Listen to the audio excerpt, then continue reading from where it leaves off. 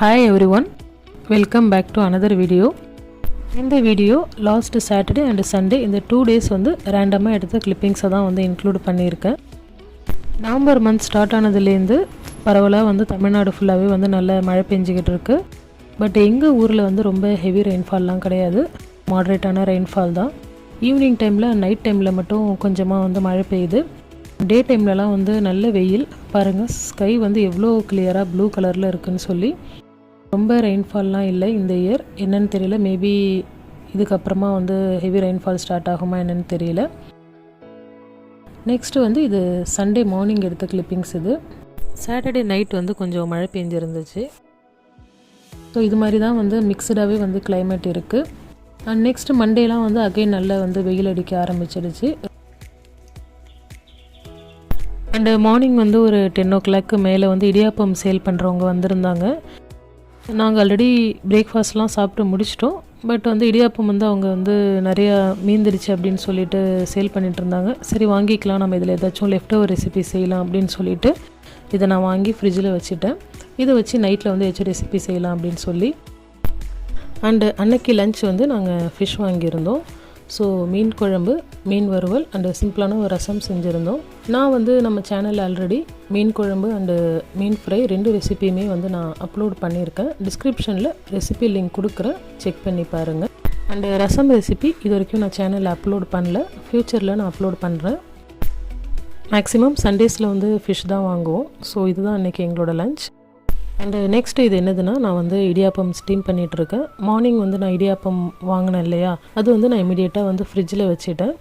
அது கொஞ்சம் ரஃபாக ஹார்டாக இருந்துச்சு. இதை யூஸ் பண்ணி நான் இப்போது கொத்தி இடியாப்பம் ரெசிபி செய்ய போகிறேன். ஸோ அதை வந்து நம்ம ஸ்டீம் பண்ணிட்டோன்னா நல்லா வந்து சாஃப்டாக இருக்கும்.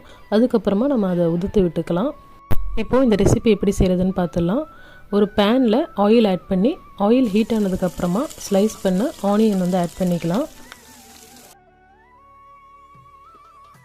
நெக்ஸ்ட் வந்து இதில் நான் 2 க்ரீன் சில்லி வந்து நான் கீரை ஆட் பண்ணியிருக்கேன். இதில் வந்து நான் பீன்ஸ் ஆட் பண்ணுறேன். ஸோ அதனால் வந்து கொஞ்சம் நீளமாக போட்டிருக்கேன். பீன்ஸுக்கும் க்ரீன் சில்லிஸ்க்கும் டிஃப்ரென்ஸ் தெரியணும்னு. அண்டு இப்போ வந்து ஒரு 1 spoon ginger garlic paste add பண்ணியிருக்கேன். ஜிஞ்சர் கார்லிக் பேஸ்ட் ஆட் பண்ணி இதோட ரா ஸ்மெல் போகிற வரைக்கும் நல்லா வதக்கிக்கலாம். அண்ட் நெக்ஸ்ட்டு வந்து ஒரு சின்ன தக்காளி ஆட் பண்ணியிருக்கேன், நல்லா ஃபைனாக சாப் பண்ணி. நெக்ஸ்ட் இதை வந்து நம்ம மிக்ஸ் பண்ணி விட்டுக்கலாம். இது வந்து ஓரளவுக்கு வதங்கிடுச்சு. இப்போது நெக்ஸ்ட்டு வந்து இதில் நம்ம சால்ட் அண்டு மசாலாஸ் ஆட் பண்ணிக்கலாம். ஸோ இதில் நான் வெஜிடபிள்ஸும் ஆட் பண்ண போகிறேன். ஸோ அதுக்கும் சேர்த்து கொஞ்சம் சால்ட் ஆட் பண்ணியிருக்கேன். அண்டு ஒரு 1 spoon chilli powder, 1/2 spoon turmeric powder and ஒரு பிஞ்ச் ஆஃப் கரம் மசாலா மட்டும் ஆட் பண்ணியிருக்கேன். இதை வந்து நல்லா மிக்ஸ் பண்ணி விட்டுக்கலாம். அண்டு நெக்ஸ்ட் வந்து இதில் வெஜிடபிள்ஸ் ஆட் பண்ணிக்கலாம். இன்றைக்கி வந்து நான் கேரட் அண்டு பீன்ஸ் இந்த 2 வெஜிடபிள்ஸ் எடுத்திருக்கேன். ஸோ இந்த 2 வெஜிடபிள்ஸ்லையுமே நான் இப்போ ஆட் பண்ணிக்கிறேன்.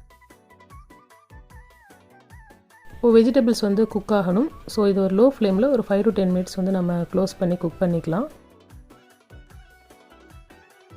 ஒரு 5 minutesக்கு அப்புறம் பார்த்தாலே தெரியும் வெஜிடபிள்ஸ் எல்லாமே வந்து குக் ஆகிருக்கு. அண்ட் ஆயில் கூட செப்பரேட் ஆகி வந்திருக்கு பாருங்கள். அண்டு இந்த ஸ்டேஜில் வந்து 2 எக் வந்து பிரேக் பண்ணி ஆட் பண்ணிக்கலாம். நான் இந்த எக் அண்ட் வெஜிடபிள்ஸ் எல்லாத்துக்குமே சேர்த்து முன்னாடியே வந்து நான் சால்ட் கொஞ்சம் அதிகமாகவே ஆட் பண்ணிட்டேன். ஸோ இப்போ வந்து எக்குக்கு செப்பரேட்டாக வந்து நான் சால்ட் எதுவும் ஆட் பண்ணலை. இப்போ வந்து இதை நம்ம நல்லா மிக்ஸ் பண்ணிக்கலாம், நல்லா ஸ்க்ராம்பிள் பண்ணிக்கலாம். இப்போ இது நல்லா வந்து குக் ஆகிடுச்சு. இந்த ஸ்டேஜில் நம்ம ஆல்ரெடி ஸ்டீம் பண்ணி உதுத்து வச்சுருக்கிற இடியாப்பத்தை ஆட் பண்ணிக்கலாம்.